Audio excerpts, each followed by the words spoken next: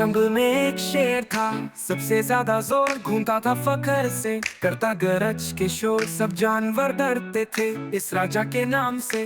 पर शेर था अकेला दूर सबके प्यार से। एक दिन आई छोटी सी चिड़िया, नाम था उसका स्पैरो। चिड़चिड़ करती घूमती थी, बैठती थी सब तीरों, ना डरती किसी से ना सोचती थी बार बार। छोटी थी मगर उसका दिल था बहुत प्यार। शेर ने कहा डरती नहीं मुझसे, स्पैरो बोली नहीं आप तो अच्छे लगते हो सच से। शेर हैरान था पर दिल हो गया नरम, बोली चिड़िया चलिए हम बनाते हैं एक संगम।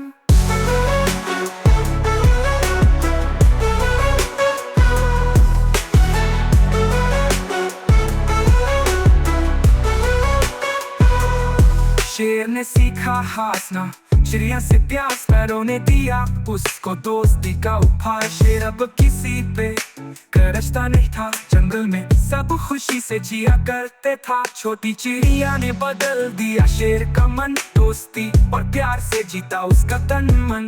बच्चों सीखो तुम भी सबसे प्यार करना, छोटी सी दोस्ती से दुनिया बदल देना।